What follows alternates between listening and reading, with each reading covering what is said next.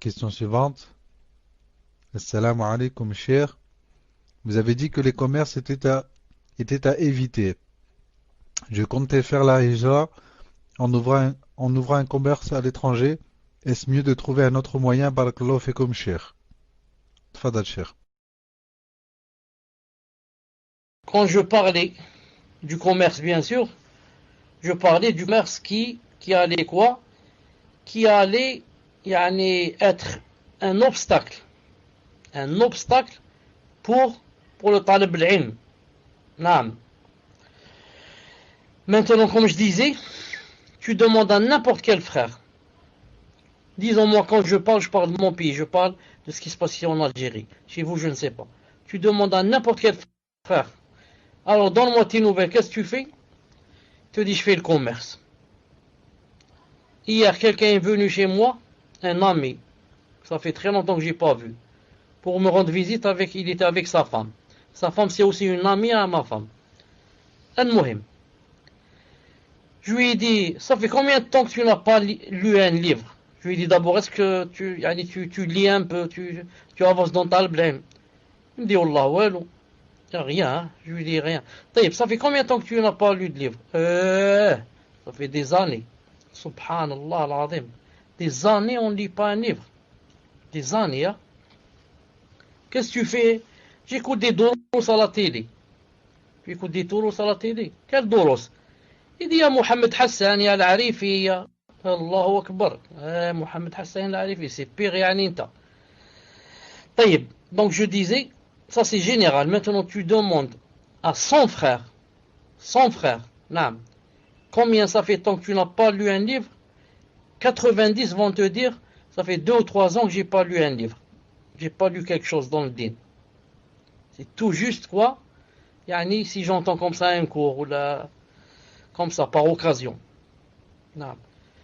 Et tu demandes à ceux-là, la plupart ils vont te dire, je fais le commerce.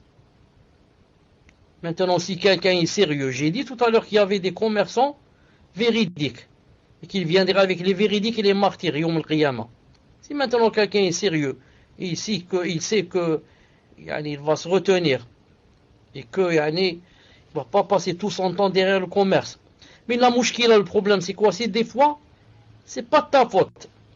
Il y a trop de papiers, il y a trop de il y a la bureaucratie, il y a tout ça, ça te pousse à quoi?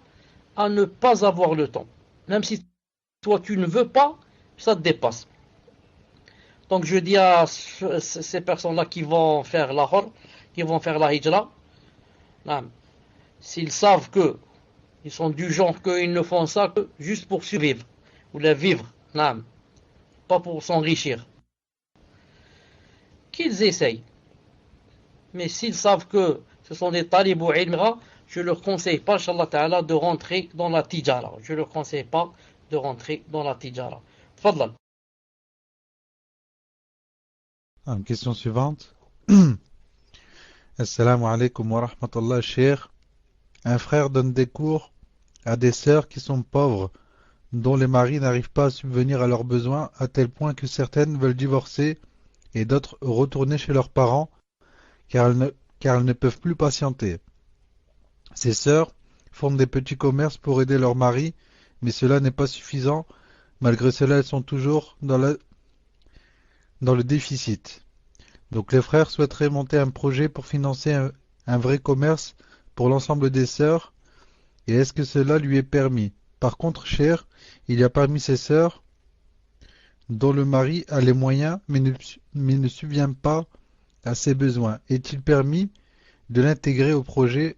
Barakallahu fikum wa jazakumullahu khayran. Tfadal, cher. Ça c'est à peu près comme l'autre question, comme celle de la précédente. C'est-à-dire qu'il ne faut pas généraliser en ce qui concerne les commerçants. Et que peut-être que quelqu'un va faire le commerce, et que ce commerce peut-être ce sera l'une des causes pour le faire rentrer au paradis.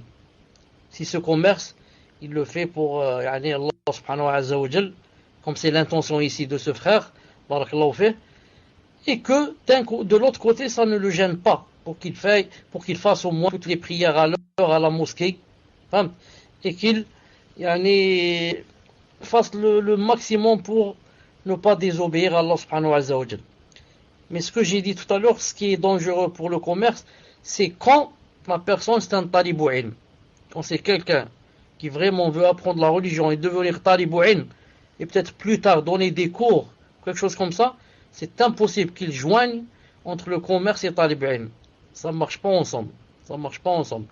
Mais pour quelqu'un comme ça de normal, de adi, s'il fait commerce, il fait, car yani, ça ne, yani, il n'a pas de talibou ilm. Il cherche pas la science, donc yani, ça peut marcher ensemble. Quand on ne demande pas la science, on fait le commerce, ça peut marcher ensemble. Mais si on est talibou ilm, on ne peut pas. Ça devient une grande obstruction, un grand empêchement. Tu ne peux pas préparer un cours alors que tu devrais être à la banque, tu devrais être au trésor, tu veux être chez les impôts, tu devrais être ça, alors que tu prépares un cours, ou alors que tu vas lire quelque chose, ou alors que tu vas noter des choses. C'est pas possible. Donc je dis à cette personne, s'il veut faire un commerce pour aider, etc., qu'il le fasse. S'il veut faire associer quelqu'un avec lui, quelqu'un qui est bien, qu'il le fasse et qu'il fasse l'istikhara et qu'il tawakkal à Allah subhanahu wa ta'ala. تفضل